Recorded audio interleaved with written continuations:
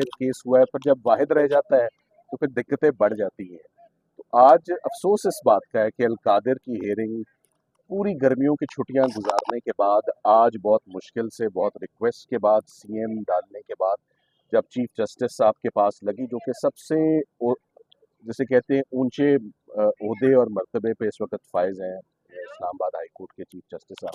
तो उनको हमने बहुत तफसील से तमाम हालातों वाक़यात उनको बताए हैं कि इसमें खातून का केस है, बुशरा इमरान का, वो she is also not well, मगर हम मेडिकल ग्राउंड कभी भी हमने ना उस पर बेल डाली है, ना बेल डालेंगे कभी मेडिकल ग्राउंड पे। मेरिट्स पर आप इस केस को अब तो सुन लें, किसी प्रायोरिटी पर ना सुने, बारी पर सुन लें।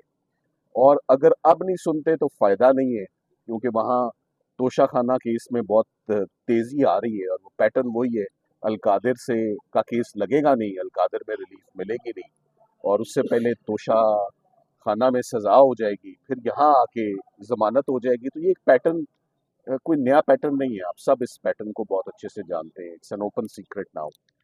तो आज गुज़ारिश चीफ जस्टिस साहब से यही की है, अभी गुंजाइश है थोड़ी सी गुंजाइश है कि चीफ जस्टिस साहब आइंदा हफ्ते के लिए इसकी समाअत जो है वो फिक्स करें अल-कादिर की। प्रोसिक्यूशन को बहुत तैयारी का मौका मिल चुका है, 3 दिन वकील को चाहिए होते हैं मैक्सिमम किसी बड़े केस में भी तैयारी के लिए। तो पूरा 3 महीने के बाद आज ये केस फिक्स हुआ है और चीफ जस्टिस साहब ने हमें कोई तारीख नहीं दे रहे, बार बार हमारी रिक्वेस्ट करने के बावजूद कोई तारीख फरमा दें इसमें कि किस दिन अल-कादिर की ज़मानत आ रही होगी, वो तारीख नहीं मिल रही। सो अभी उन्होंने कहा मैं देखता हूँ, so let's see. Date in office का होने का मतलब है कि केस नहीं लगेगा। So it's not a very pleasant situation जहाँ अर्ली हियरिंग की एप्लीकेशन बड़ी मुश्किल से फाइल हो और फिर भी तारीख सर, ना जैसे आप मिले। जिक्र कर रहे हैं पैटर्न का, पैटर्न तो वही चल रहा है कि यहाँ से अगर जमानत होती है पहले दूसरे केस में सजा हो जाए। सर, आपने एक दफा जिक्र किया था कि जो हांडी तो पक चुके हैं लेकिन पॉलिटिकल लोगों ने खोलना है, तो ये पैटर्न कैसे चेंज किया जाएगा? इसके लिए सर पॉलिटिकल लोगों को कुछ करना पड़ेगा सर? देखिए पैटर्न, आपने आज सुबह की हियरिंग भी देखी, 300 साढ़े 300 मुकदमात लड़ना, खत्म करना, जमानतें लेना, ये कोई लोगों के ऊपर 1 या 2 मुकदमे होना तो वो कलेप्स हो जाते हैं, ज़हनी तौर पर भी, फिजिकली भी, इमोशनली भी, फाइनेंशियली भी। ना कोई वकील, किसी वकील के पास आप जाएं कि 3 4 5 मुकदमे, वो कहेगा ये मेरे बस की बात नहीं है।